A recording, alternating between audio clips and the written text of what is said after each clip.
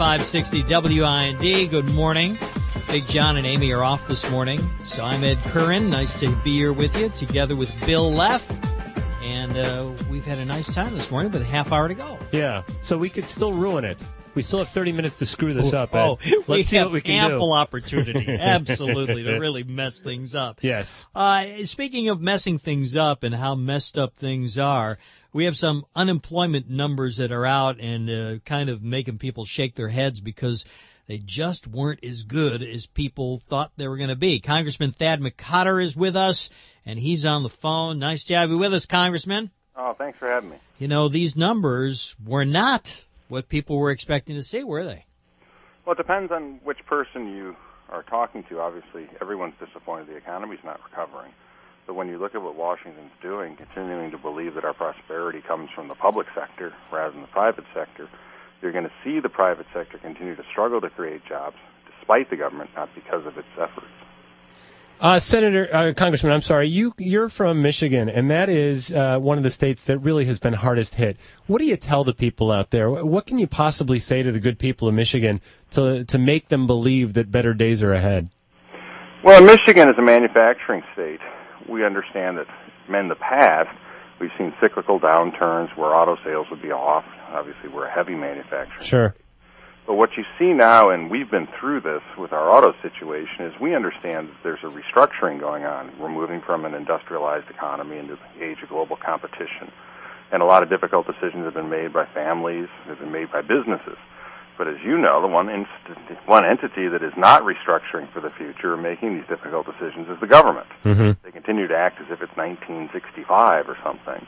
And it's somehow the big government, great society model has to continue to be propped up. In fact, that's why we're going back this week, is they're going to continue to try to prop up governments that have not restructured for the future, have not emulated what families and businesses have had to do and are continuing to do.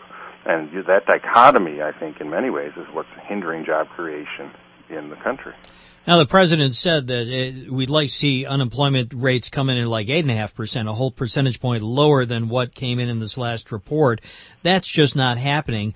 What needs to happen? What needs to happen to make anything close to that a reality?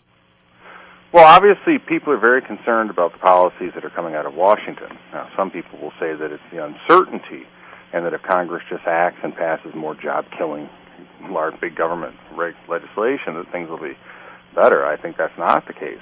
If you look back, certain fundamentals have to occur. One of the mistakes that was made, I believe, was when you pay the interest on it, the $1 trillion stimulus. That was a government bubble to replace a housing bubble. As that starts to dissipate, as that bubble begins to burst, what you really have to go back to are the fundamentals.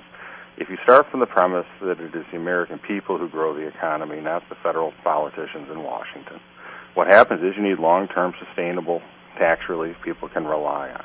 You have to have reductions in regulations, reductions in the litigation costs that companies have, and that will start to spur the hiring. You need to get investors' money off the sidelines. You have to have consumers comfortable that they're not going to lose their job and their house down the road. Those are certain fundamentals that have to be laid in place. Instead, what you're seeing the federal government, again, continue to prop up its own size and worry about itself rather than making difficult decisions, getting leaner, more efficient, more accountable. Which is, again, what every business has had to do in the face of global competition. Congressman, I know I'm not the only person who have told you this, and it's certainly not my idea, but it's been bantered about a bit. Incentives for companies that hire. Don't you think that's one of the ways to make this work? I think the biggest incentive is for long-term sustainable tax relief, litigation, and regulatory reform, the meat and potatoes. From Detroit, we like our diners, we like our meatloaf. Mm-hmm. And when you start to have the government come in and try to pick winners and losers or do short-term incentives, that's not going to help, because what happens is, in many ways, it's the same corollary to the federal government's stimulus, spending that money while they try to do what the president has said, which is recreate the foundations of the American economy.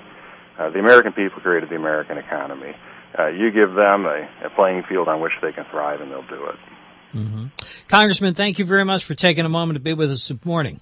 Well, good luck not ruining the show with the rest. Oh, forget it. We're going to ruin it. Forget it. Thank you, Thad. Okay, Congressman Thad McCotter with us from